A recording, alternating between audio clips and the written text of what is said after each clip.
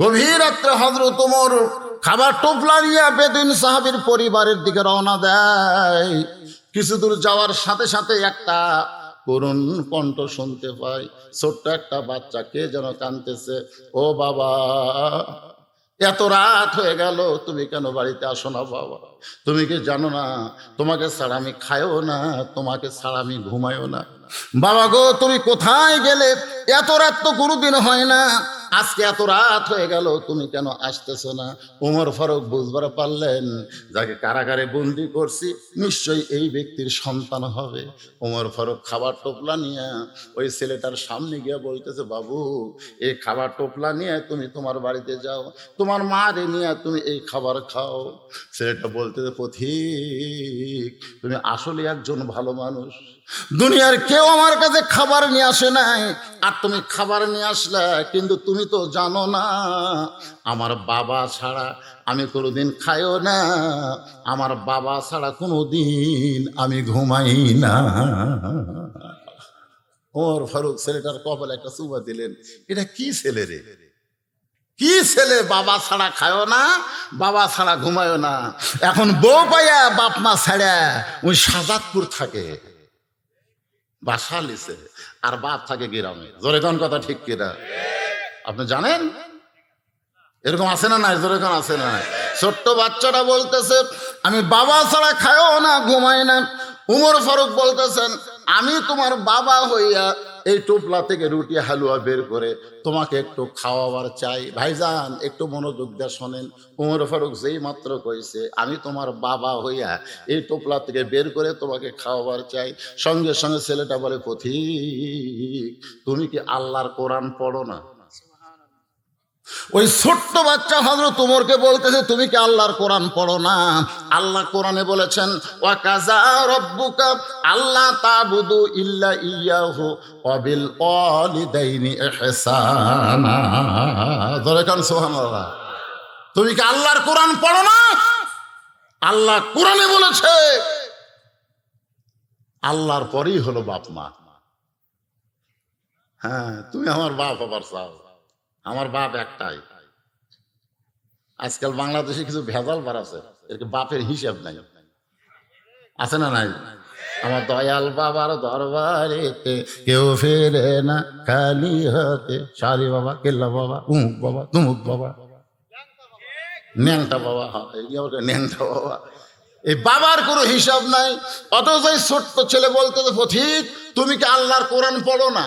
আল্লাহ কোরআনে বাবার কথাই বলেছে, বাপ মাকে এহসান কর, দয়া কর, ভক্তি কর। সঙ্গে সঙ্গে উমর ফারুক ওই ছোট বাচ্চাকে কান্দে নিছে। সুবহানাল্লাহ।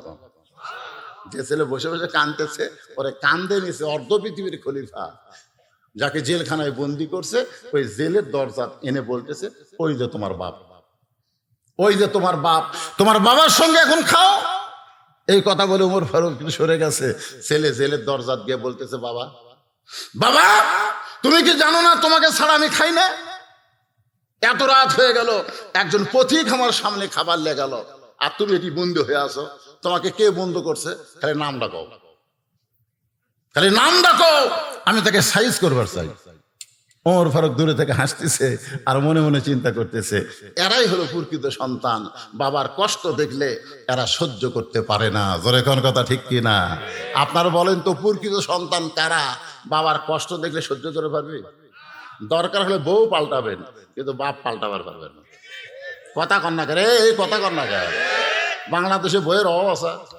হ্যাঁ, সব সময় আপনার কান গরম করতেছে, আপনার বাপ ভালো না, আপনার মাও ভালো না, তোর মাও তোর বাপ, ওটা কোনোদিন কয় না, ওটা কোনোদিন কয় না।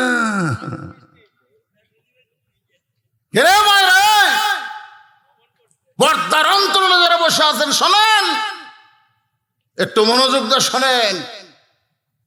স্বামী যদি প্রকৃত সন্তান হয়, স্বামীর সামনে তার বাপ মায়ের কোনো খারাপ কিছু বললে তারা সহ্য করতে পারবে না। জোরে কোন কথা ঠিক কিনা? আর আমরা বয়ে যা কইতে, বউ যা কইতে, দেশে আইলো কলিকাল, ভেড়া চাটে বাঘের ঘাল, মাকে বলে কুটনি বুড়ি বউ সোনার সান গো, বউ সোনার সান। একটু মনোযোগ দিয়ে শোনেন। ওমর ফারুক দূরে থেকে দাঁড়িয়ে মুচকি মুচকি হাসতেছে, কারণ ছেলেটা বলতেছে বাবা একটা বার খালি তার নাম কন, আমি তাকে সাইজ করব। আপনারা বলেন তো ওই ছোট্ট বাচ্চাকে উমরকে সাইজ করবার পারবি? এজরকম পারবি? কিন্তু এর নাম হলো ভালোবাসা। খালি নামটা বলেন।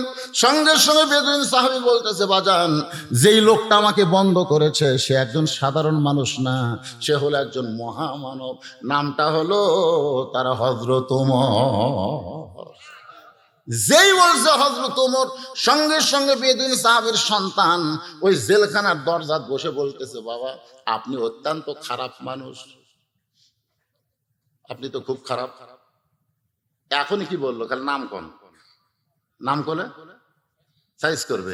যেই নামটা কইছে সঙ্গে সঙ্গে বলতেছে আপনি অত্যন্ত খারাপ মানুষ, কারণ যেই মানুষটা আপনাকে বন্দি করেছে সেই মানুষ তো সাধারণ কোনো মানুষ না।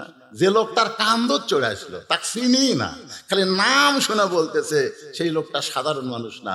আপনারা বলেন তো কারণ কি? মহব্বত না, কারণ হলো ওই বাবাই, যে বাবা জেলখানা বন্দি আছে ওই বাবাই ছেলের কাছে গল্প করছে। আল্লাহ আমাকে একজন প্রেসিডেন্ট দিতে রে, অর্ধ পৃথিবীর খলিফা।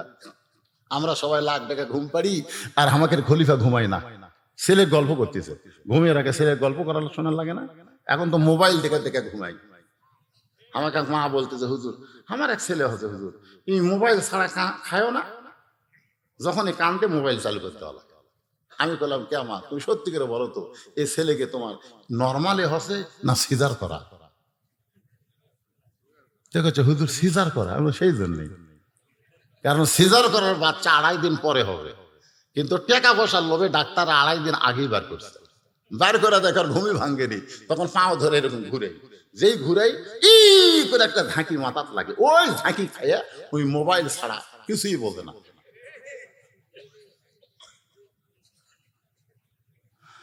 একটু মনোযোগ দিয়ে শোনেন। উমর ফারুক সম্পর্কে বেদুইন সাহাবী তার সন্তানের কাছে গল্প করেছে। আল্লাহ আমাদেরকে একটা খলিফা দিয়েছে, গভীর রাত্রে সবাই যখন ঘুমায় ওই মহান ব্যক্তি তখন ঘুমায় না, মানুষের দুঃখ কষ্ট নিজের চোখে দেখে ঘুরে বেড়ায়। একদিন গভীর রাতের গল্প শোনো বাবা, আমাদের খলিফা হযরত ওমর মরুভূমির মধ্যে একটা তাঁবু, ওই তাঁবুর মধ্যে কি যেন পাক হচ্ছে, আর ছোট্ট ছোট্ট বাচ্চা ক্ষুধার জ্বালায় মা মা বলে কাঁদতেছে। ওমর ফারুক চিন্তায় পড়ে গেলেন, এই গভীর রাত্রে যদি দুম্বার গোস্ত হয় 8 ঘন্টা লাগবে, উটের গোস্ত হলো বড় জোর 1 ঘন্টা লাগবে, কিন্তু এত রাত গভীর হয়ে গেল এখন পর্যন্ত পাক হয় না, লোকমা দেওয়া ছাড়া তো উপায় নাই। ওমর ফারুক তাঁবুর নিকটে গিয়ে বললেন মা তোমার 2টা সন্তান ক্ষুধার জ্বালায় কান্দে আর তোমার গোস্ত সিদ্ধ হয় না, এমন কি সিদ্ধ করা লাগবে, যা হয়েছে সেটাই খাবার দাও। মেয়েটা বলে পথিক তুমি যে রাস্তা দিয়ে আইছো ওই রাস্তা দিয়ে চলে যাও, আমাদের দুঃখ তুমি বুঝবা না। ওমর ফারুক বলে মা কি দুঃখ তোমাদের? বলে আমাদের বাড়ি হলো ইয়ামিন দেশে, আমরা শুনতে পাইলাম মদিনার খলিফা হযরত ওমর অত্যন্ত ভালো মানুষ, আমরা ইয়ামিন থেকে আমার 2 এতিম বাচ্চাকে নিয়ে মদিনায় আইছি। বিকালবেলা ওমর ফারুকের দরবারে গিয়া দেখি এত মানুষের ভিড়, আমি ওমরের কাছে আমার বাচ্চা নিয়ে যাইতে পারলাম না। আজকে রাত্রেবেলা অপেক্ষা করে সকালবেলা হযরত ওমরের দরবারে যাব, এই জন্য তাঁবু টাঙ্গায়া আমার 2টা সন্তানকে নিয়ে ঘুমাবার চাই, কিন্তু এদের পেটে এত ক্ষুধা লাগছে গো, এরা ক্ষুধার জ্বালায় ঘুমাতে পারে না। ওদের সান্ত্বনা দেওয়ার জন্যে আমি পাতিলে পাথর আর পানি দিয়া গোস্ত বলে আমি জাল দিচ্ছি, আমার পাথর সিদ্ধ হবে না, এরাও ঘুম আসে না, এদের ক্ষুধা এত বেশি লাগছে, আমার মনে হয় সকাল পর্যন্ত আমার 2টা সন্তান আর বাঁচবে না। সঙ্গে সঙ্গে ওমর ফারুক বলে মা একটু ধৈর্য ধরো মা, একটু ধৈর্য ধরো। এক দৌড়ে বাইতুল মালের দরজায় আসলামকে ডাক দেয়, বলে আসলাম রে একটা বড় খাবার বস্তা আমার মাথায় উঠে দে। আসলাম বলে আমি হলাম চাকর, আপনি হলেন অর্ধ পৃথিবীর খলিফা, 8 বস্তা কোথায় নিয়ে যাওয়া লাগবে আমারে বলেন।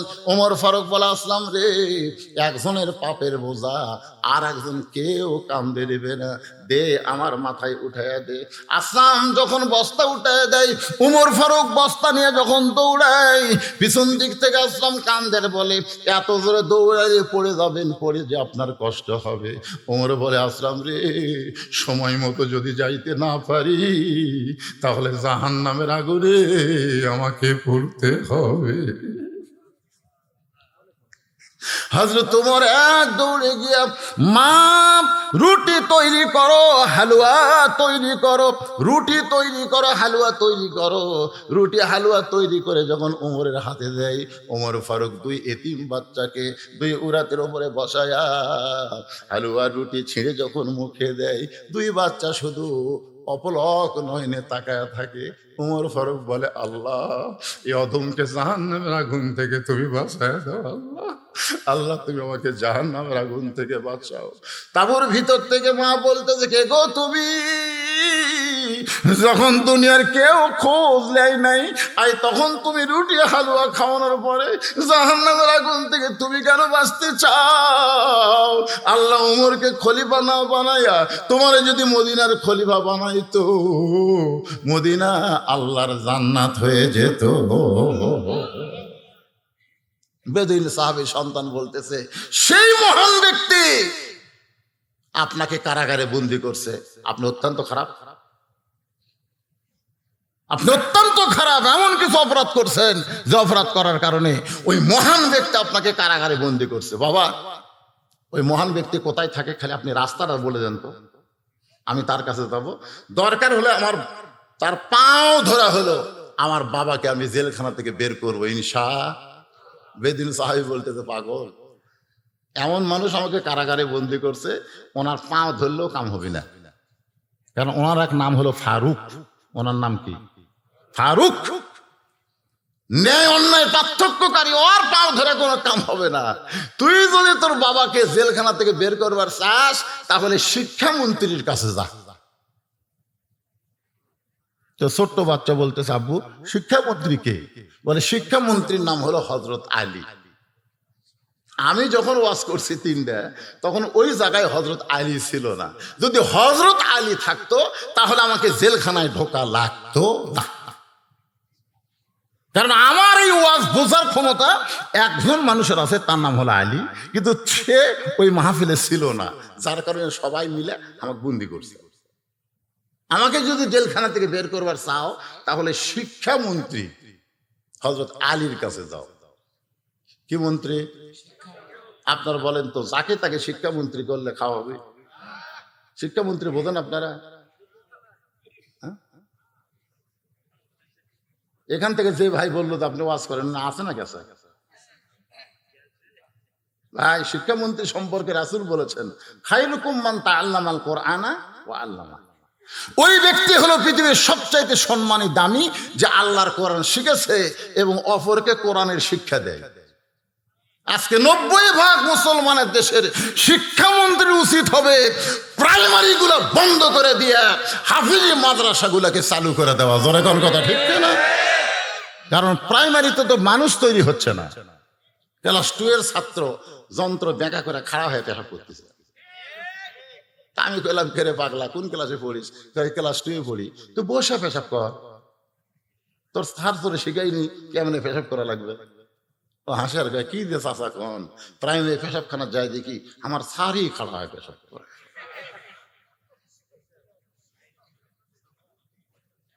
আর স্যারই খাড়া হয়ে পেশাব করে, মাস গেলে 50,000 টাকা বেতন পায়। আর মাদ্রাসা গিয়ে দেখেন শিক্ষামন্ত্রী, মাদ্রাসায় গিয়ে দেখেন আপনার বলেন কোনো পুলিশ আছে, কোন চৌকিদার আছে? ওর কাছে কি আছে? আল্লাহ। 7 বছরের বাচ্চা আসতেছে, কোথায় যাবি? উজু কর্ম। হুজুর কি জন্য? এই অবস্থা। আমি বললাম, পাগলা, উজু গেলেও কোরআন পড়া যায়, যা। না হুজুর, পড়বো না, উজু কর্ম। আমি বললাম, আমির হামজা কসে রে, উজু ছাড়াও কোরআন ধরা যায়। না হুজুর, আমি আমির হামজা মানি না, উজু কর্ম। আমি বললাম, কে তুই হামাক মানিস না? আপনাকে মানি, যা উজু ছাড়া কোরআন পড়, যত পাপ হবি আমার হবি, যা। এমন দাবার দিয়েছি, ওই গেছে। আমি চিন্তা করলাম, ওই কি যাই কোরআন শরীফ ধরবি নাকি? এটা দেখা লাগবে না আমার, তখন সিয়ার স্যার এসে জানলার কাছে থাকতে দেখি ওই দরজার ফাঁকে লুকে আসছে। উনি খালি দেখতেছি আমি সিয়ারে তাছি কি নাই, যেই তাকে সিয়ার খালি আবার বাড়াচ্ছে।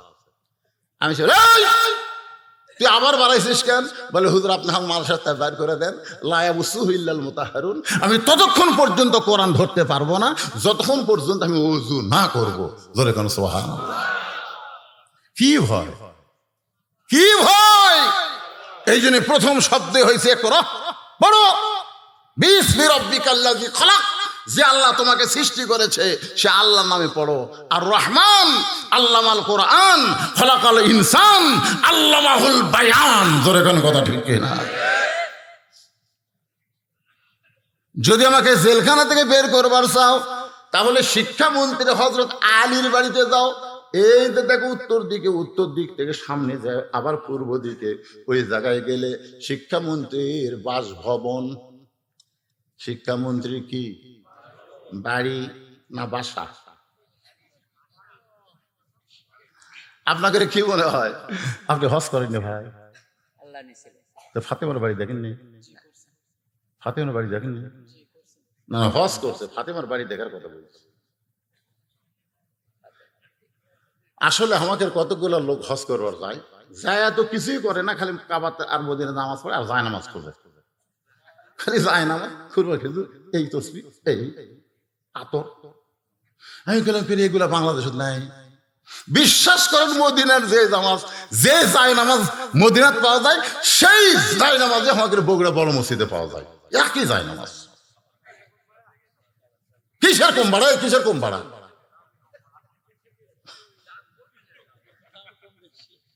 অথচ এইগুলো কিনবার দেয় সময় নষ্ট করে, মা ফাতেমার বাড়ি দেখে না, হযরত আলীর মসজিদ দেখে না, মসজিদে গানামা দেখে না, তাইফের ময়দানে হালিমাতুস সাদিয়ার বাড়ি দেখে না। আপনি জানেন যেই রকম বাড়ি ছিল রাসূলের সময়, হালিমাতুস সাদিয়া কোলে নিয়ে লালন পালন করছে, কিয়ামত পর্যন্ত ওই বাড়ি ওই রকমই থাকবে। জোরে কোন সুবহানাল্লাহ। এটা আল্লাহর কুদরত। এখন শিক্ষামন্ত্রী বাড়ি হবি না বাসা হবি? আমার ভাই কয় বাড়ি হবি। আমাকে এমপির বাড়ি নাই, বাসা। উপজেলা চেয়ারম্যানের বাড়ি নাই, বাসা। অথচ আব্দুল আলিম বলছে এপারে তোর বসত বাড়ি, ওই পারে তোর বাসা। এর গুনাহ হবে? গান গালে গুনাহ হবে? তাহলে আমার সঙ্গে গুনগুন করে বলো, এপারে তোর বসত বাড়ি, ওই পারে তোর বাসা। ভবদরিয়ায় পাড়ি দিতে, ভবদরিয়ায় পাড়ি দিতে কেমনে করলি আশা।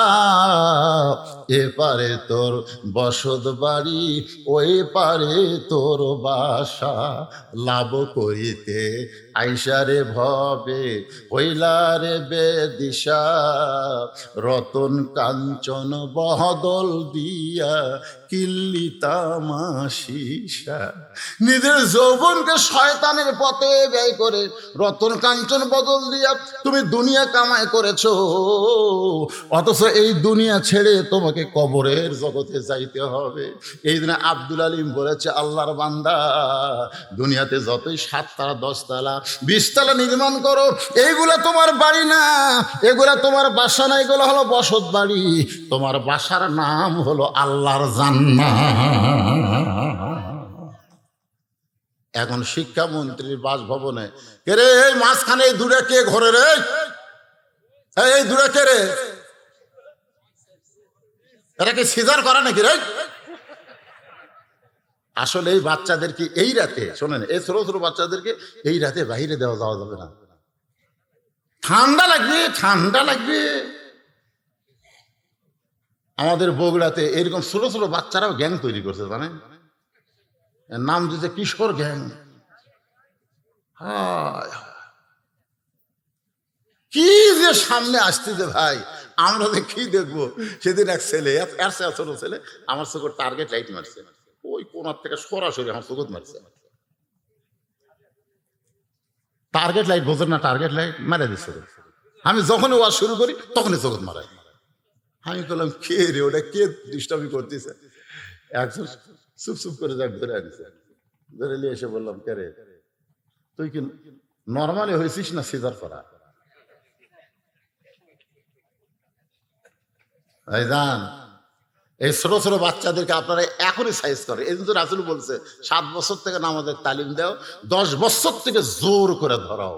কারণ এক নামাজি পারে ইন্না সালাতা তানহানিল ফাহশাই ওয়াল মুনকার, একমাত্র নামাজি পারে মানুষকে যাবতীয় খারাপি থেকে বাঁচাই দিতে। জোরে কোন কথা ঠিক না? এইরকম বয়স থেকে নামাজ শিখার লাগবে। আর 10 বছর থেকে পড়বার না তালিকা ঘাট ধরে সব।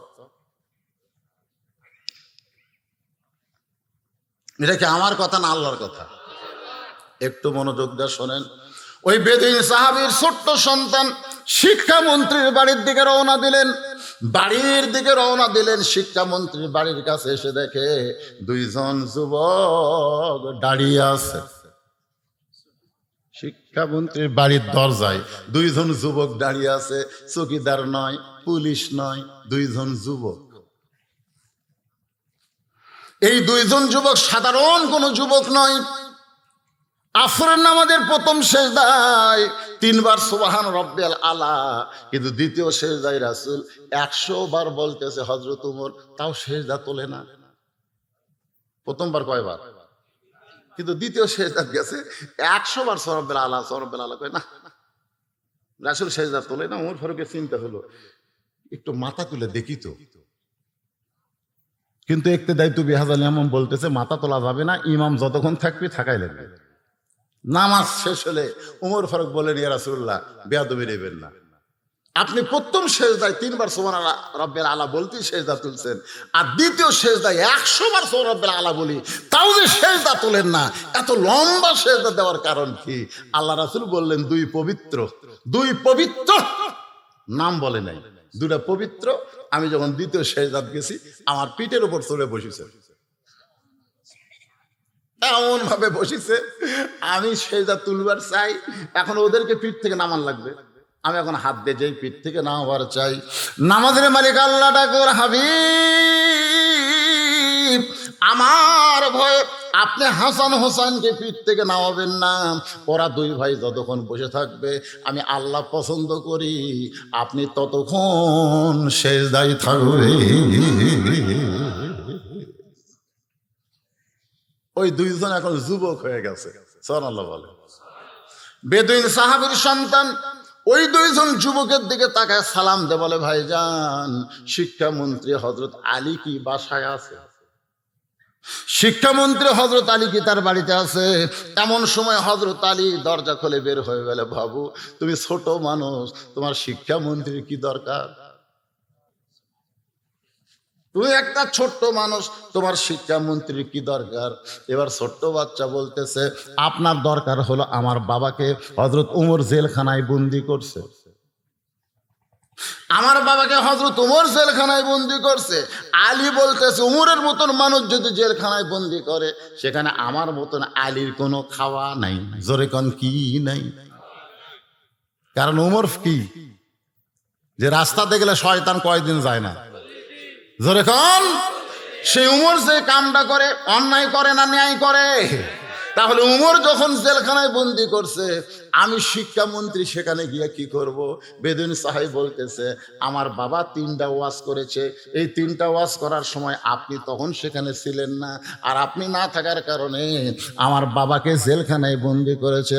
হযরত আলীর মধ্যে খটকা লাগলো, কে ওর বাপ 3 ওয়াজ করছে, আমি তখন সেখানে ছিলাম না, আর আমি না থাকার কারণে জেলখানাত বন্দি করছে, দেখি চলো যাই। ওই ছোট্ট বাচ্চার সঙ্গে হযরত আলী বেদুইন সাহাবীর কাছে, কি ওয়াজ করেছো ভাই? যে ওয়াজ করার অপরাধে তুমি এখন জেলখানা। আমির হামজা, কি ওয়াজ করেছো বাবা? যে ওয়াজ করার কারণে তুমি কোথায়? মামুনুল হক, কি কথা বলেছ যার কারণে তুমি জেলখানায়? কি ওয়াজ করছো? যে ওয়াজ করার কারণে উমরের মতন মহামানব তোমাকে জেলখানায় বন্দি করছে? বেদুইন সাহাবী মুস্কি হাসি দিয়ে বললেন, বেশি ওয়াজ করিনি, মাত্র 3টা। ধরে কোন কয়টা? খারাপ ওয়াজ বেশি করা লাগে? একটা ওয়াজে কেউ যদি কয় আল্লাহ মানি না, আল্লাহ মানি না, ওর আর কোন ওয়াজ লাগবে? কথা কর না কে ভাই? আচ্ছা, মুখ দিয়ে বলতেছে না, মুখ দিয়ে বলতেছে না আল্লাহ মানি না, এটা মুখ দিয়ে বলতেছে না, কিন্তু আজান দেওয়ার পরে মসজিদত যায় না মরদ মানুষ। আপনার বলেন তো এর রেজাল্ট কি? হ্যাঁ, বুখারী শরীফের হাদিস বলবো, মান তারাকা সালাতো মুতাম্মিদান ফাকাত কাফারা। ইচ্ছা করে একটা ওয়াক্ত নামাজ যারা পড়লো না, এরা আল্লাহর সাথে কুফরি করলো। নাউজুবিল্লাহ কয় না পারে। এই কারা কারা মাগরিব এশার নামাজ পড়োনি? তোমরা তো নিজেরাই বুঝতেছে যে আমরা নামাজ না পড়ে ওয়া শুনতেছি। কারা কারা পড়োনি? কারা কারা পড়োনি? নিজের বিবেকের আদালতে একবার প্রশ্ন করে দেখো। ফজরের আগে যদি তোমাদের মৃত্যু হয়, দুনিয়ার সমস্ত মাওলানা তোমাদের জন্য জানাজায় দোয়া পড়লো, তোমরা জান্নাতে যাওয়ার পারবা না। আর যদি মাগরিব এশার নামাজ পড়ে ঘুমায় যাও, ফজরের আগে যদি মারা যাও, একটা মানুষও তোমাদের জানাজা না পড়ালেও আল্লাহ তোমাদেরকে নামাজের কারণে জান্নাত দিয়ে দিবে। আপনি জানেন কবরে যাওয়ার পরে প্রথম প্রশ্ন কি হবে? মান রব্বুকা, মান রব্বুকা, তোমার রবকে। যারা আমরা নামাজি, আমরা ঘুম আসবো। আল্লাহ রাসূল বলেছে, এক ঘুমে ইসরাফিল সিংহায় ফুৎকার দিবে, ওই তখন চেতন পায়া খালি ওযুর পানি খুঁজবি। কিসের পানি? ওযুর পানি খুঁজবি। তো কেরামান কাতিবিন বলবি, কি ভাই কি খোঁজেন? ওযুর পানি খুঁজতেছি রে। এটা কোন নামাজের আযান দিল? নামাজের আযান দেয়নি তো, সিংহায় ফুৎকার দিছে। কেবল এক কাজ ঘুম হলো রে, আমার আর এক কাজ হয়নি। এরই মধ্যে 50,000 বছর চলে গেছে। সরাল্লাহ কন্যা মুনকির নাকির এসে বলতেছে, মান রব্বুকা, তোমার রবকে। ও কিন্তু ঘুমায় আছে, নামাজ খাড়া হচ্ছে। কে খাড়া হচ্ছে? নামাজ দাঁড়ায় বলতেছে, কে রে মুনকির নাকির, এই কাক রব সম্পর্কে প্রশ্ন করিস? এই লোকটাকে যে রব সম্পর্কে প্রশ্ন করছিস, এই জীবনে কত রাকাত নামাজ পড়ছে তুই হিসাব করছো? মুরগির নাকির কয়, না আমি তো রাকাতের হিসাব নাই। এই কত ওয়াক্ত নামাজ পড়ছে হিসাব করছিস? সেই হিসাব তোমার নাই। মসজিদ ঢোকার সঙ্গে সঙ্গে নিয়ত করে বলছে আলহামদুলিল্লাহ রাব্বিল আলামিন, রুকুতে গিয়ে বলছে সুবহান রাব্বিল আযীম, সেজদায় গিয়ে বলছে সুবহান রাব্বিল আলা। এতবার রব রব রব রব করে আসে কবরের মধ্যে তার আমি ঘুম পাড়তেছে, আর তোরা প্রশ্ন করিস মান রব্বুকা, তার মানে? মুনকির নাকির বলবে, আল্লাহ তোমার বান্দাক মান রব্বুকা প্রশ্ন করার সাথে সাথে নামাজ যে খাপা খেপছে, আমরা এখন কি করব?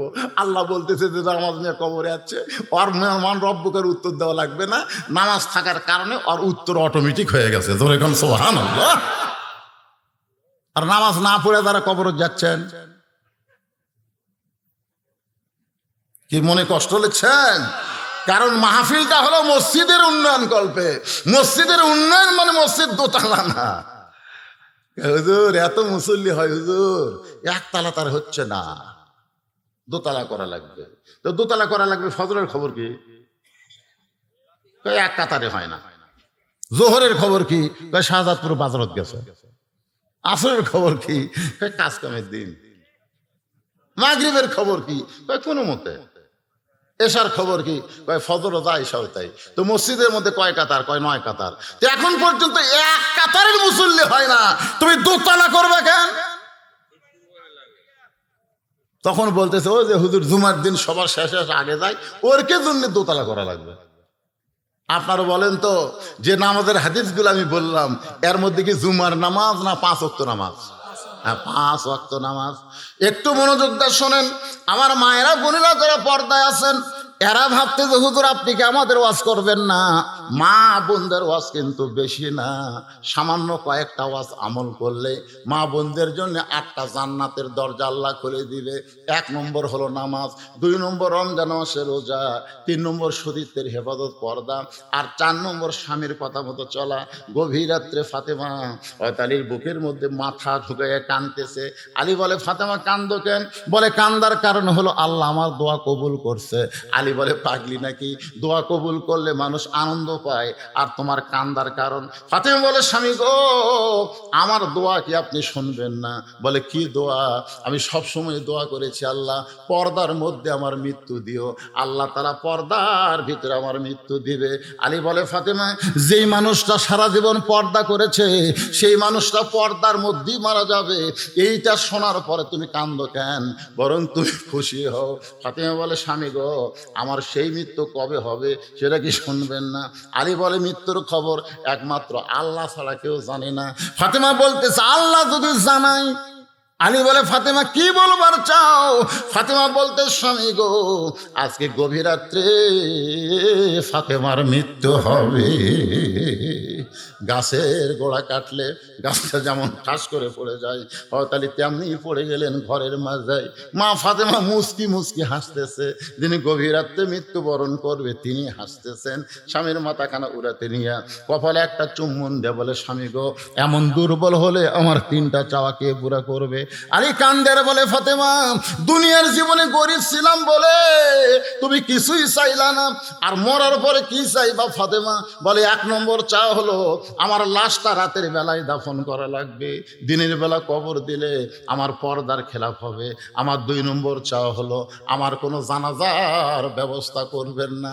আমার তিন নম্বর চা হলো আমার লাশটা কিন্তু খাটনিতে তুলবেন না। আমি ফাতেমার দেহের ওজন কত এটা পরপুরুষ বুঝতে পারুক, আমি ফাতেমা এটা চাই না। ও গো স্বামী, যদি আমার বাবা থাকতো দুনিয়ায়, মরা মেয়ের লাশের খাটনি বাবা কান্দে নিলে কোনো সমস্যা নাই। আমার হাসান হোসেন যদি বড় হইতো, মায়ের লাশের খাটনি কান্দে নিবার পারতো, কিন্তু বাবা 6 মাস আগে দুনিয়া থেকে বিদায় নিছে, এত ছোট হাসান হোসেন পারবে না। আপনি আমাকে কান্দে করে নিয়ে জান্নাতুল বাকির পূর্ব কোনায় সবুজ রঙের বাতি জ্বলবে, ওই বাতি বরাবর আমাকে একটু দাফন করবেন। হযরত আলী ফাতেমাকে দাফন করার পরে আল্লাহর কাছে বলতেছে, আল্লাহ দুনিয়ার জীবনে শান্তি দেওয়ার পারিনি, অথচ ফাতেমা আমারে কোনোদিন কষ্ট দেয়নি। আমি আজকে তোমার কাছে বলি, এই ফাতেমারে তুমি কবুল করে নাও, এই ফাতেমারে কবুল করে নাও। বলার সঙ্গে সঙ্গে আলী তাকায় দেখে সামনে কয়েকটা পুরাতন কবর দেখা যায়। এই মাত্র ফাতেমার কবর দিছে, সেই নতুন কবর আর নাই। গোটা জান্নাতুল বাকি দৌড়ায় আর বলে ফাতেমার কবর, এখনই কবর দিলাম, সেই কবর কোথায়? কে যেন ডাকতে বলে আলী রে, ফাতেমা পর্দা নিশি, আমি আল্লাহ জোহরা ডিগ্রি দিয়া ফাতেমার কবরকে কিয়ামত পর্যন্ত পর্দা করে দিয়েছি। আমার মায়েদের জন্য ওয়াজ হলো, মা নামাজ যদি কম পড়েন কোনো সমস্যা নাই, রোজা যদি কম করেন কোনো সমস্যা নাই, স্বামীর কথা মতো যদি পুরোপুরি চলবার নাও পারেন তাও তেমন সমস্যা নাই, কিন্তু পর্দা যদি না মানেন সব শেষ। কথা কন না কেন? পর্দা যদি না মানে সব শেষ। নারীরা শোনেন, 1 নম্বর হলো পর্দা। মা বোনেরা মরে গেলে 5 কাপড় দেয়, এরা বোঝে না কেন? কিরে মরিয়া গেলে 5 কাপড়, যখন হামাকর কেউ দেখবি না তখন দেয় 5 কাপড়, আর যখন হামাকর চাই থেকে দেখবি তখন কয় কাপড়, বোঝেন না? মরিয়া গেলে আমাদের এলাকার খাটনি পর্যন্ত চাদর দিয়ে ঢাকে, জানেন? সবাই বলে মেয়ে মানুষের লাশ দেখা জায়েজ নাই, মেয়ে মানুষের লাশ দেখা জায়েজ নাই, কিন্তু জেতা দেখা জায়েজ আছে। শালা পাগলারা, লাশ দেখা যদি জায়েজ না থাকে জেতা দেখাও। আমার মায়েদের বলতেছি, মা মারে কি ওয়াজ করবো আপনাদের? মা পর্দার ভিতরে থাকবে, আল্লাহ পাক রহমত বরকত দান করবে। সাইয়্যিদাতুন নিসা আহলিল জান্নাহ, ফাতেমার সঙ্গে আল্লাহ আপনাকে জান্নাত দিয়ে দিবে। এখন হযরত আলী মনে আছে না, ভুলে গেছেন? হযরত আলী বলতেছে, কি ওয়াজ করছো? আমি ছিলাম না, বুঝে শুনে ওয়াজ করা লাগে না? আগে চারিদিকে দেখবে যে বোঝার মতো লোক আছে কিনা। যেরকম আমি ওয়াজ কেবল শুরু করতে এক ভাই বলতেছেন না, হুজুর ওয়াজ করেন। সবাই কি সমান? কি ওয়াজ করছে? যে ওয়াজ করার কারণে উমর ফারুক তোমাকে বন্দি করলো, সমস্ত সাহাবীও একমত, কেউ তো বাধা দেয়নি। না না না, সবাই যে খাবা খেপছিল, আমাকে জেলত না তুললে মেরে শেষ করলো। কি ওয়াজ করছো? বলে 1 নম্বর ওয়াজ হলো ইন্নী উহিব্বুল ফিতনাহ, আমি ফিতনাকে মহব্বত করি। আলী মুসকি মুসকি হাসতেছে। আচ্ছা আচ্ছা, 2 নম্বর কি করছো? একরাহুল হক, আমি হককে পছন্দ করি না। আলী মুসকি মুসকি হাসতেছে। এরপরে কি করছো? আশহাদু আল্লাহ মারা, আল্লাহু আকবার, আল্লাহু আকবার, আল্লাহু আকবার। আলী 3 বার আল্লাহু আকবার বলে বললেন, এর চাইতে সুন্দর ওয়াজ দুনিয়াতে একটাও নাই। সুবহানাল্লাহ কেন? তুমি যে 3টা ওয়াজ করছো, এর চাইতে সুন্দর ওয়াজ এই পৃথিবীতে আর একটাও নাই। সে ওয়াজ করেই বন্দী হয়ে গেছে। আজকে হবার মায়ের কিচ্ছা কন, এ কন সে কন, চোখের পাইলে কান্নান, ওই জীবনেও বন্ধ হবি না। জোরে কোন কথা, ঠিক কথা কন না গান, ওই বন্ধ হবে, কিন্তু জাগা মতো। হযরত আলী যেই মাত্র আল্লাহু আকবার 3 বার বলে বলতেছে, রে বেদুইন সাহাবী, আমি তোমার উকিল হব, উমরের কারাগার থেকে তোমাকে বের করব ইনশাআল্লাহ। সঙ্গে সঙ্গে ছোট বাচ্চা দৌড়ে গিয়া তাহলে হাতে একটা চুমা দিয়ে বলতেছে, এই মহান ব্যক্তি যদি আমার বাপের সাথে থাকে, উমরের বাপেরও ক্ষমতা নাই, জেলখানাত বন্দি করবি। কারণ এই ব্যক্তি শুধু এলিমের দিক দিয়ে 1 নম্বর না, শক্তির দিক দিয়েও 1 নম্বর। হযরত আলী কয় দিকে 1 নম্বর? খালি 2 দিকে, খালি 3 দিকে? আল্লাহ রাসূল নিজে বলেছে, এই সাহাবীরা, তোমাদের মাঝখানে এমন এক মহান ব্যক্তি বসে আছে যে 2 দিক দিয়ে আমার চাইতে বড়। কয় দিক দিয়ে? সাহাবীরা কয়, হুজুর আপনি কোন কি? ওরা ফায়না লেখা জিকরা, আপনার চাইতে বড় পৃথিবীতে কেউ আছে? তোমরা মানো বা না মানো, আমি মানি রে। তো বলতেছে, হুজুর সেই ব্যক্তি কে? সেই মহান ব্যক্তি কে হুজুর, যা আপনার চাইতে 2 দিক দিয়ে বড়? আল্লাহ রাসূল বললেন, আলী একটু দাঁড়াও। হযরত আলী দাঁড়াইছে, চোখ দেখাল দর দর করে পড়তেছে। হুজুর আপনি সাহাবীদের সামনে এটা কি বলতেছেন? রাসূল বলতেছেন, আলী, বাবা আদম থেকে আমি নবী পর্যন্ত যত নবী, সমস্ত নবীর বউয়েরা হয়তো জান্নাতে যাবে, কিন্তু জান্নাতি নারীদের নেত্রী কোন নবীর বউ হওয়ার পারবে না। কিন্তু আল্লাহ তোমাকে একটা এমন বউ দিয়েছে আলী, যে বউটা হবে জান্নাতি নারীদের নেত্রী। জোরে কোন সুবহানাল্লাহ। বউয়ের দিক দিয়ে তুমি আমার চাইতে ভাগ্যবান রে। আমার বউ খাতিজা জান্নাতি হবে, কিন্তু জান্নাতি নারীদের নেত্রী তোর বউ হবি রে, তোরই বউ। বাবা আদম থেকে আমি নবী পর্যন্ত যত নবীর সন্তান নবী হওয়ার পরে জান্নাতি হওয়ার পরে, কিন্তু জান্নাতি যুবকদের সর্দার কোন নবীর সন্তান হতে পারবে না। জান্নাতি যুবকদের সর্দার হবে আলীর সন্তান হাসান আর হোসাইন। আলী রে, বাপের দিক দিয়ে তুই 1 নম্বর রে, স্বামী হিসাবে কয় নম্বর? বাবা হিসাবে আমি নবীর চাইতে তুই 2 দিক দিয়ে বলো রে। আল্লাহ রাসূল বলেছেন, আনা মাদিনাতুল ইলমে ওয়া আলীউ বাবুহা, আমি যদি ইলমের শহর হই, আলী হচ্ছে তার দরওয়াজা। সুবহানাল্লাহ না কেন? একই দস্তরখানাত খাচ্ছে আবু বকর, উমর, ওসমান, আলী, আরো সাহাবীরা। আল্লাহ রাসূল খুরমা খেজুর খাচ্ছে আর আলীর সামনে খপ করে বিচি রাখতেছে, আলী দেখতে পাচ্ছে না। মানে এমন ভাবে রাসূল থই, আলী দেখার আগে দিয়ে দেয়। আলী হয়তো খাচ্ছে, কিছুক্ষণ পরে রাসূল বলতেছে, দেখো আলীর পেটে এত খিদে, একলাই কতগুলা খুরমা খেজুর খাচ্ছে, দেখছো বিচি ঠিক হয়ে গেছে। আলী বলতেছে, আসলে আমার পেটে খিদে বেশি, এই জন্যে আমার সামনে অনেক বিচি। কিন্তু তোমরা বলো তো সাহাবীরা, কার ক্ষুদা বেশি, যে বিচি বাইর করা খায় না বিচি সহ খায়? তখন সাহাবীরা বলতেছে, যার বেশি ক্ষুদে তাই বিচি বাইর করার টাইমই পাবি না, বিচি সহ খাবি। দেখো রাসূলের সামনে একটাও বিচি নাই, এত খিদে লাগছে বিচি বাইর করাকে তাল পাইনি। আল্লাহ রাসূল বলেন, ওঠ ওঠ ওঠ।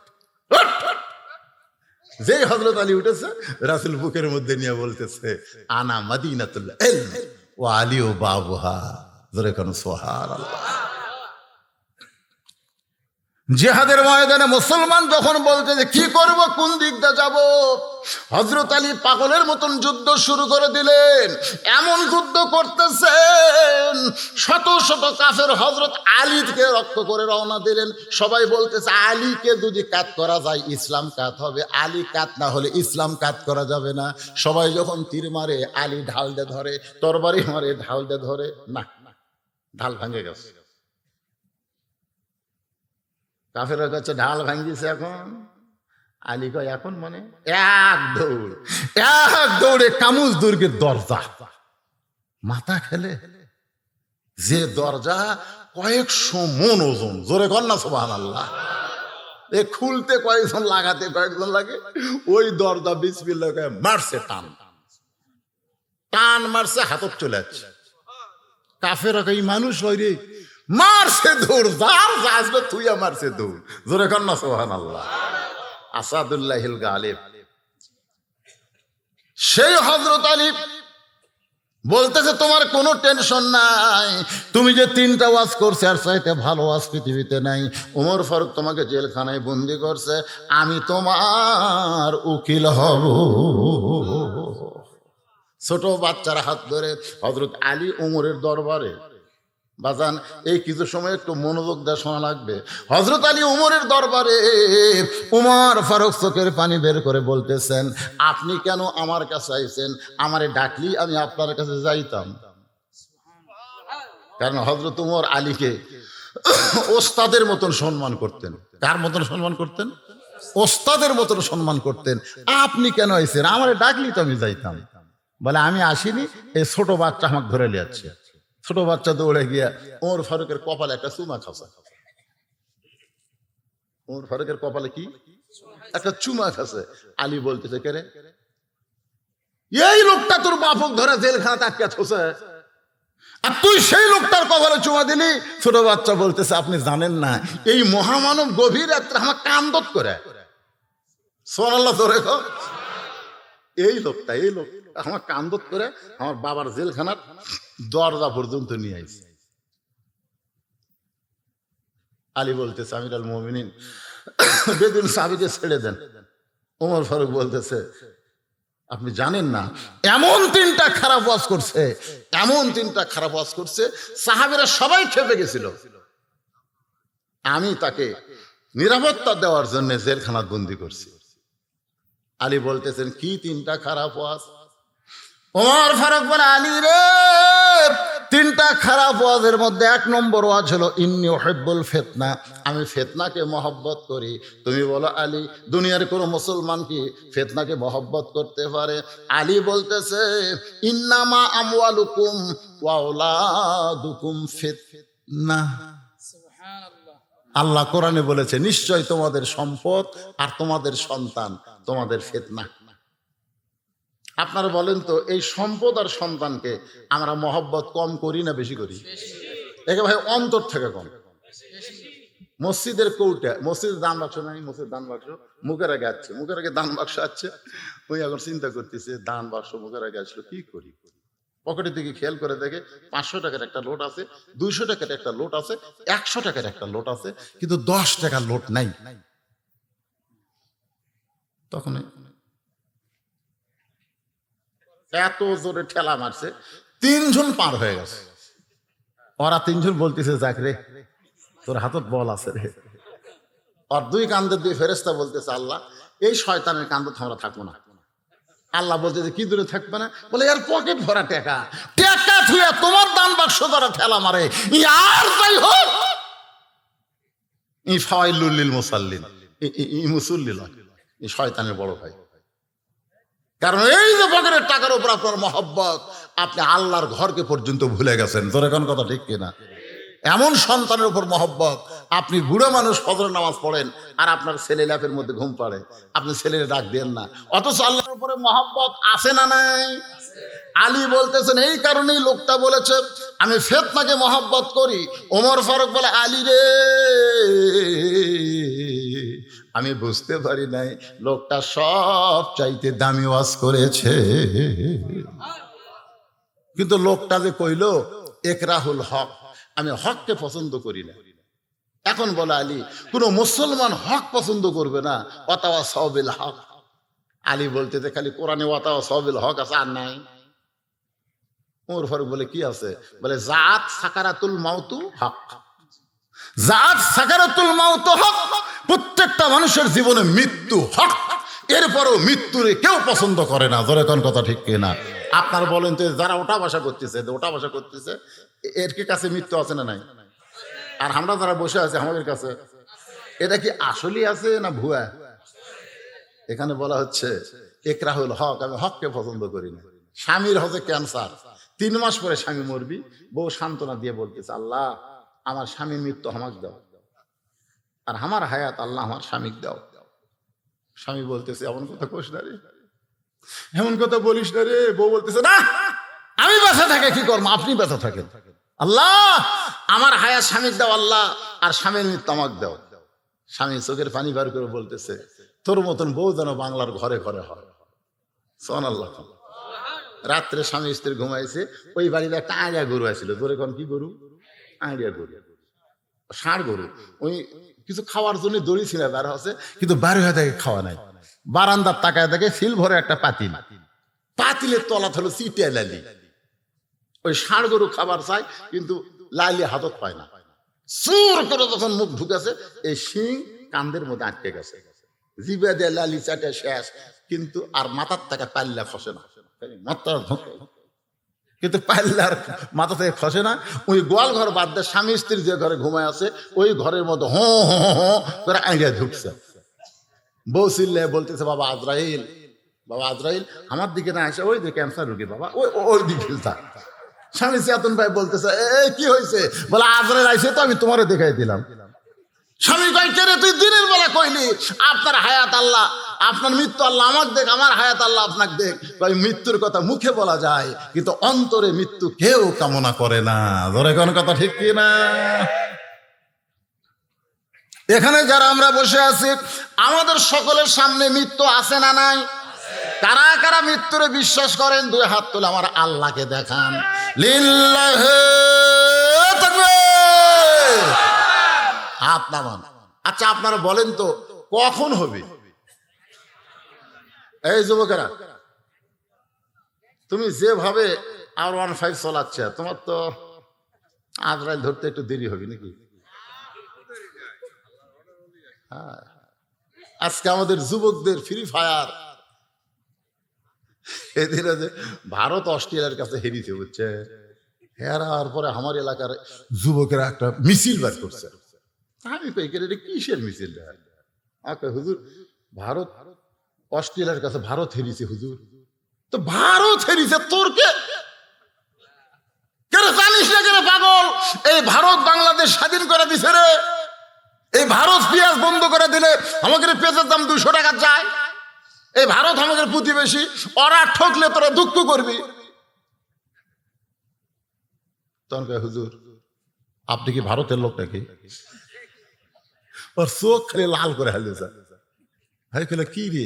কিছুদিন আগে ভারত ইন্ডিয়ার কাছে ঠকছিল হুজুর। ও সেই দিন ভারত টাইগার হয়েছে, ওরা একটা ওই টাইগার বানাতে, ওই টাইগারও খেলো, মানে টাইগারও মারা মানে কি? আমাদের বাংলাদেশের এরা কি এরকে বুকত কিসের ছবি আছে? টাইগার ছবি আছে না নাই? ধরে কর ওই টাইগারও করা লাঠিতে পিটতেছে, ওই রাগ ধরেছে বাংলাদেশ। আমাকে টাইগারও হেরে গেছে দেখে পিটলু। দেখি তোরা হেরিস কিনা? ওরা ওর অস্ট্রেলিয়ার কাছে হেরিছে। আমি কইলাম বাজার, এইরকম দুনিয়ার খেলা দেখা, খেল তামাশা নিয়ে আনন্দ করে দুঃখ করে কোনো লাভ নাই, কারণ যে কোনো সময় তোমার মৃত্যু হবে। আল্লাহ বলেছেন লা তামুতুন্না ইল্লা ওয়া আনতুম মুসলিমুন, মুসলমান না হয়ে তোমরা কেউ মরো না। মুসলমান হয়ে যদি মরতে চাই, মরার আগে কিছু করার দরকার আছে না নাই? জোরে করা আছে না নাই? আমি আপনাদেরকে তেমন বিরক্ত করব না। আর একটা প্রশ্ন আছে, মারাত্মক প্রশ্ন, আসাদু মালাম এরা, আমি না দেখা জিনিসের সাক্ষী বাড়ি, এর উপরে আলোচনা শেষ করে দিব। তার আগে মসজিদের জন্য যারা মুসলমান হয়ে মরবার চান, আল্লাহর ঘরের জন্য, আল্লাহর ঘরের জন্য আপনারা 10,000, 5,000, 1,000, 2,000 যে যা পারেন দিবেন। ভিতরে গামছা রুমাল যাবে, 10, 20, 50, 100 দিবেন। একবার দিছেন দেখে যে আর দেওয়া হবে না তা না। বাংলাদেশের ব্যাংকে টাকা একবার রাখে না, বারবার রাখে। 10,000, 20,000, এখন 5 লাখ হচ্ছে। তাহলে দুনিয়ার ব্যাংকে টাকা আপনি রাখেন বাড়তির জন্য, আল্লাহর জান্নাতের ব্যাংকে যত দান করবেন আপনার নামে তত অ্যাকাউন্ট আল্লাহ বেশি করে দিবে। একজন উঠবে না, এই যুবকেরা একজন উঠবে না। এই কতগুলো ছেলে দানের কত লাভ দৌড়ে গেল। আল্লাহ তোমার একজন বান্দা সর্বপ্রথম আল্লাহর ঘরের জন্য জুয়েল নামে 500 টাকা দান করেছে। আল্লাহ জুয়েলের দানকে কবুল করেন। একজন আল্লাহ সামান্য হলেও দান করেছে, আল্লাহ দানকে কবুল করেন। কবুল করো, কবুল করো। আপনারা যদি দিয়া থাকেন দেওয়া লাগবে না, আমি বলতেছি। এরা আবার বলবে হুজুর আপনার হাতে কিছু লোক দিবার চাইতো, প্রধান বক্তার হাতে কিছু লোক দিবার চায় না। এই জন্য 5টা মিনিট একটু আপনাকে বিরক্ত করতে, ব্যাগ নিয়ে গেছে দেন, ব্যাগের মধ্যে দেন, দেন যাই যা পারেন দেন না কেন ভাই, জীবনের শেষ দান মনে করে দেন। মাশাআল্লাহ, হুজুরের শাশুড়ি 120, স্ত্রী 100, 200 টাকা দান করেছে। আল্লাহ দানকে কবুল করেন। আল্লাহ নেক নিয়ত নেক আশা পরাক, আল্লাহুম্মা আমিন। আল্লাহ তোমার আরেকজন বান্দা 500 টাকা দান করেছে। আল্লাহ দানকে কবুল করেন। কবুল করো, কবুল করো। মোদের কামনা দানকারীকে দিবেন জান্নাত। আল্লাহ, আপনারা কি মোনাজাত পছন্দ করেন না? এই যে মুরব্বী মানুষ যে লাভ দেওয়াটা চলে যাচ্ছে, আপনি বাড়ি যাওয়ার আগে তো আপনাকে হাসপাতালেও যাওয়া লাগতে পারে রে ভাই। হায় হায় রে, সামান্য ধৈর্য নাই। এই অধৈর্য নিয়ে মিশে মায়ায় বন্দি থাইকা করলাম কত খেলা, পশ্চিমে তাকিয়ে দেখো তোমার ডুইবা গেছে বেলা। আল্লাহ আজকে এই মাহফিলে যে প্রথম উঠছে ওর দেখা দিকে যত লোক উঠবে সমস্ত লোক ওটার পাপ আল্লাহর কান্দর দিবে, জানেন? যাই প্রথম উঠছে, এই এখনো বসেন। আশ্চর্য কথা রে বারে, ওয়াজ করলে একজনও লড়ে না, চড়ে না। দানের কথা শুনে কে আপনাকে তুলে দিল? হ্যাঁ, এই টাকা দিবেন, আপনাকে বলা হচ্ছে টাকা দেওয়াই লাগবে, কথা বলা হচ্ছে।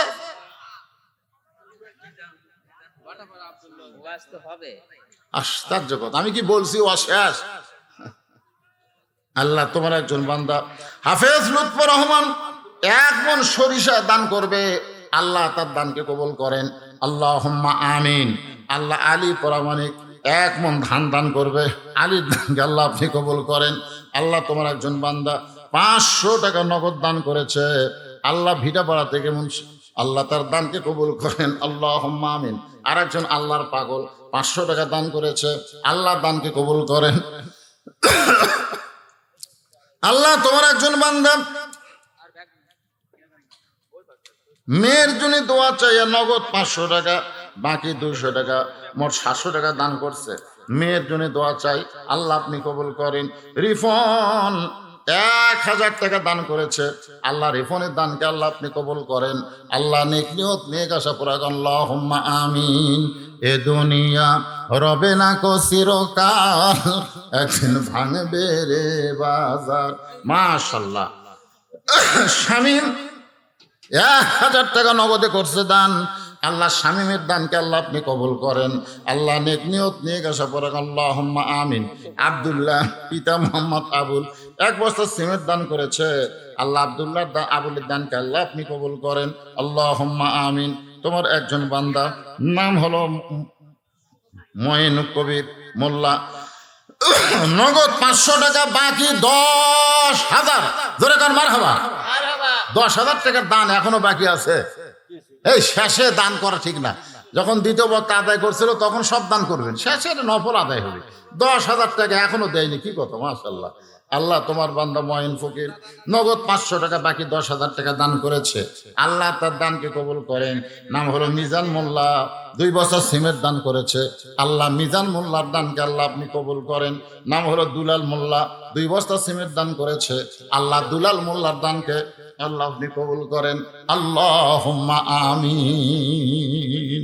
একটু দরুদ পড়েন, আল্লাহুম্মা সাল্লি আলা মাওলানা মুহাম্মদ ওয়া আলা আলি সাইয়্যিদিনা শাফিআনা টিপু মোল্লা 1 মণ ধান দান করছে, আল্লাহ তার দানকে কবুল করেন, আল্লাহুম্মা আমিন। ওমর ফারুক বলে, আলী রে, এই বেদুইন সাহাবী ওয়াজ করেছে আশহাদু মালাম আরা, আমি না দেখা জিনিসের সাক্ষী মারি। তুমি বলো তো আলী, না দেখে কোনোদিন কি সাক্ষী দেওয়া যায়? আলী বলতেছে, এটা শুধু বেদুইন সাহাবী না, সমস্ত মুসলমান আমরা কোনোদিন আল্লাহকে দেখিনি, তারপরেও আমরা বলি আশহাদু আল্লাহ ইলাহা ইল্লাল্লাহ, সাক্ষী দেই না আশহাদু আল্লাহ ইলাহা ইল্লাল্লাহ। আমরা কি কোনোদিন আল্লাহ দেখছি? বলেন না। তাহলে না দেখে আল্লাহকে যদি সাক্ষী দিবার পারি, সঙ্গে সঙ্গে হযরত ওমর মেহরাব থেকে এক দৌড়ে বেদুইন সাহাবীর জন্য কারাগারের দরজা খুলে বেদুইন সাহাবীর কপালে চুমা দিয়ে বলতেছে, ভাই আলী না থাকলে আমরা ধ্বংস হয়ে যেতাম। আজকের আলোচনার ভিতর দিয়ে আমি সব কিছু বলার চেষ্টা করছি, আল্লাহ যেন আমাদেরকে আমল করার তৌফিক দেয়। জোরে কোন আমিন। ভাই কারো মন খারাপ হয়েছে? মনে কষ্ট পাইছেন? আমি সব বলার চেষ্টা করছি, কারণ আমার মা বোনদের কথা না বললে হয় না। এখন কতগুলো মা বোনের এরকম আছে, মা বোনেরা সবাই না, 2-1 মা বোন আছে, দেখবেন বাপের বাড়ির ফকির আসলেও কয় আমার চাচা, কয় কি কয় না? বাপের বাড়ির ফকির গ্রাম সম্পর্কে আমার চাচা হয়। আর নিজের শ্বশুরের ভাই যদি আসে, আপনি কে? আপনার তো চিনি না। এই ধরনের মেয়ে যে ঘরত আছে, সে ঘরে শান্তি আছে না অশান্তি? আমি এইরকম কিছু কথা বলেছি, মায়েরা মন খারাপ করবেন না। আপনি নিজের বাপ মাকে যেমন ভালোবাসেন, শ্বশুর শাশুড়িকে তেমন ভালোবাসবেন। আমি শ্বশুর শাশুড়িকে বলবো, নিজের মেয়েকে যেমন আপনি ভালোবাসেন, ছেলের বউকেও তেমন ভালোবাসেন। জোরে কোন কথা ঠিক কিনা? অনেকে আবার ছেলের বউকে চাকরানি মনে করে। চাকরানি না, ছেলের বউ অন্য একজন বাড়ির মেয়ে। আপনার মেয়ে যেমন পরের বাড়িতে গেলে বেটার বউ হয়, তেমন অন্যের মেয়ে আপনার বাড়িতে এসে বেটার বউ হয়েছে, আপনি বউ মা বলে তাকে সম্মান দেবেন, বউ মা বলে তাকে ভালোবাসবেন। মা বোনেরা, আপনাদের পেটের ভেতর থেকে সন্তান আসবে মা, এই জন্য পেটটাকে ঢেকে রাখবেন, পেটটা ঢেকে রাখবেন। পেটের ভিতরে সন্তান, যত নবী আইছে মায়ের পেট থেকে। জোরে কোন কথা ঠিক কিনা? বাপ একজনের বাপ নাই, কিন্তু মাও নাই। ঈসা আলাইহিস সালাম, আদম আলাইহিস সালামের বাপও নাই, মাও নাই, কিন্তু এরপরে সমস্ত নবী, হাফেজ, আল্লাহর ওলি সব মায়ের পেট থেকে আইছে। এই জন্য একটা গান আছে, মায়ের 1 ফোঁটা দুধের দাম, কাটিলে গায়েরই চাম, পার জুতা বানাইলেও ঋণের শোধ হবে না, এমন দরদি ভবে কেউ হবে না আমার মা গো। স্বামীর পায়ের তলে জান্নাত, এটা কিন্তু ভুয়া কথা। এই স্বামীর পায়ের তলে জান্নাত, এটা কিন্তু ভুয়া। মায়ের পায়ের তলে জান্নাত, এটা হলো ঠিক। আমি কোরআন হাদিস পড়ে দেখছি, পুরুষের পায়ের তলে জান্নাত নাই, জান্নাত আছে নারীর পায়ের তলে। সেই নারী যদি মা হয়, তাহলে আমাকে মায়ের বিরুদ্ধে বলা যাবে? কথাক্ষণ বলা যাবে? বউ, আজকে বউ আছে, কিন্তু 2 দিন পরে ওই বউটাই কিন্তু আবার শাশুড়ি হবে। শাশুড়ি হবে না? হবে না? হবে কি হবে না? এই জন্য কি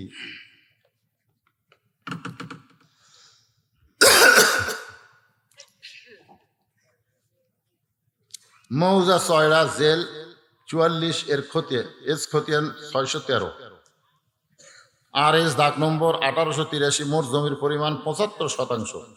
উক্ত জমি ওয়ারিশ সূত্রে মৃত সারা খাতুন, পিতা মৃত তসলিম উদ্দিন, স্বামী মৃত আব্দুল গফুর মিয়া, গ্রাম আমাইকোলা, 2 একর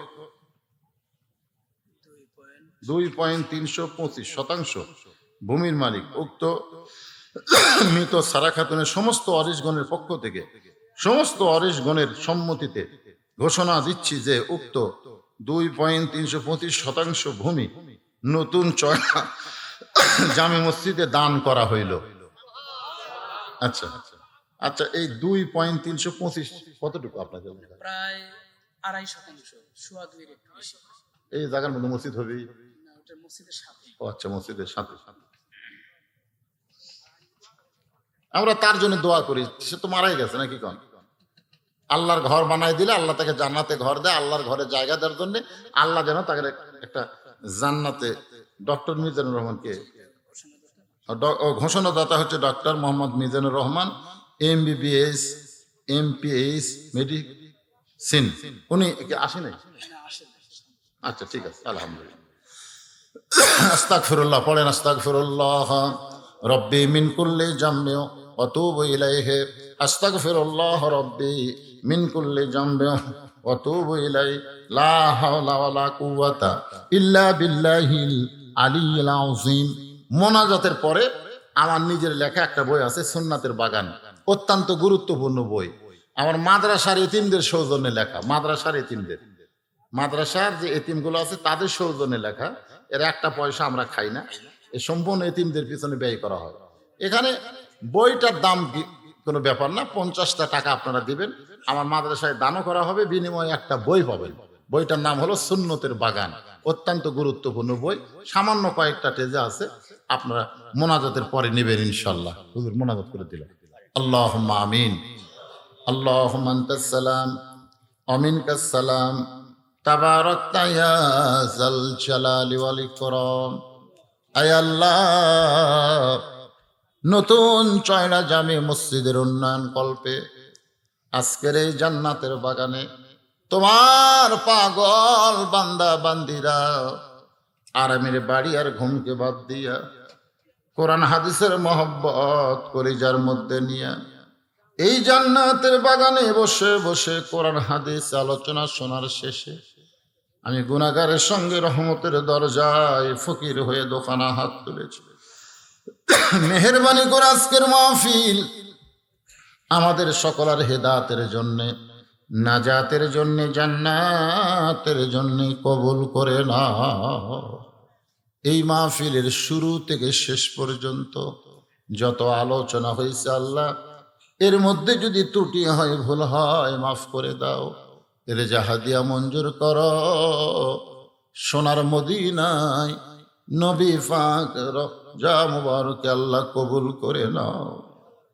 তামাম আম্বিয়ায়ে কেরাম, আসহাবে কেরাম, উম্মাহাতুল মুমিনিন, শহীদ শহীদান, জান্নাতুল বাকি, জান্নাতুল মাওয়া সহ, নতুন চয়রার গোরস্থান সহ পৃথিবীর যত কবরে মুমিন মুমিনা শুয়ে আছে আল্লাহ, সকলের কবরকে জান্নাতের টুকরা বানিয়ে দাও। আল্লাহ, আমরা যারা হাত তুলেছি আল্লাহ, আমাদের মধ্যে যাদের মা জননী কবরে চলে গেছে, ছোট্ট একটা শব্দ মা, এই নামের মধ্যে কি মধু, যাদের মা নাই তারাই বুঝতেছে। এই দরদের মা যাদের কবরে গেছে আল্লাহ, মেহেরবানি করে মায়ের কবরটাকে জান্নাতের টুকরা বানিয়ে দাও।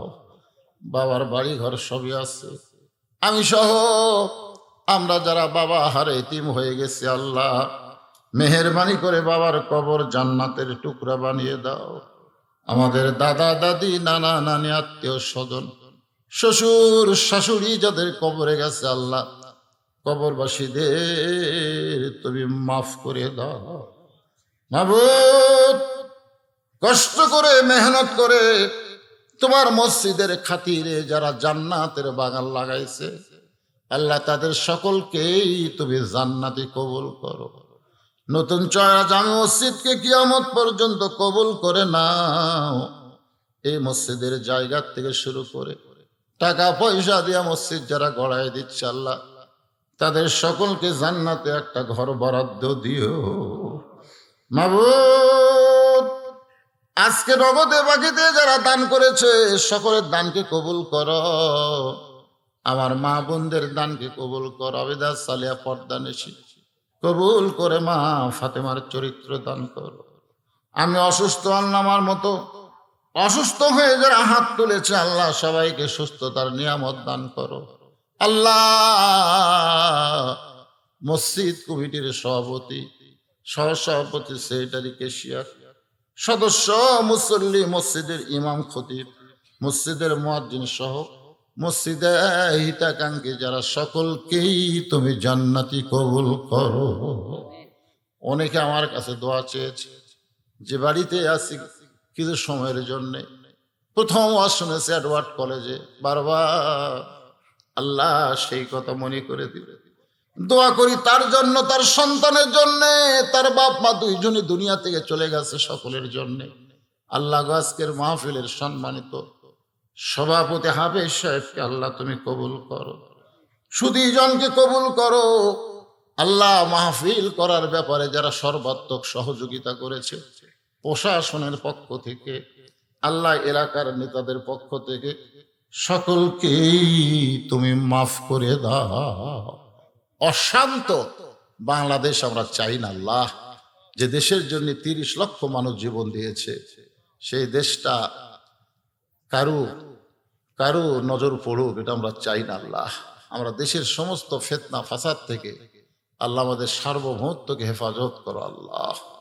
মিলেমিশে মহব্বতে আমরা থাকতে চাই আল্লাহ, সে তৌফিক আমাদেরকে দান করে দাও।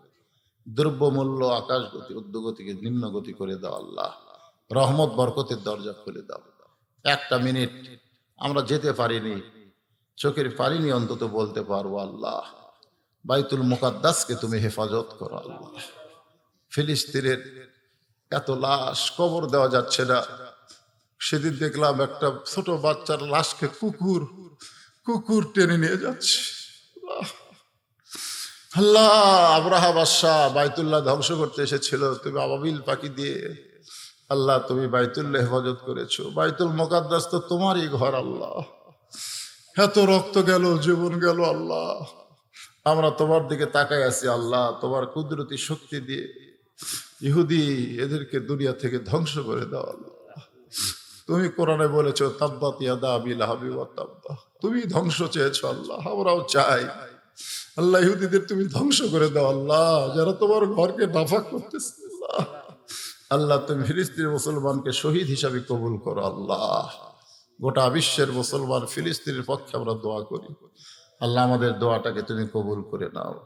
সুবহান রাব্বিকা রাব্বিল ইজ্জাতি আম্মা ইয়াসিফুন ওয়া সালামুন আলাল মুরসালিন আলহামদুলিল্লাহি রাব্বিল আলামিন।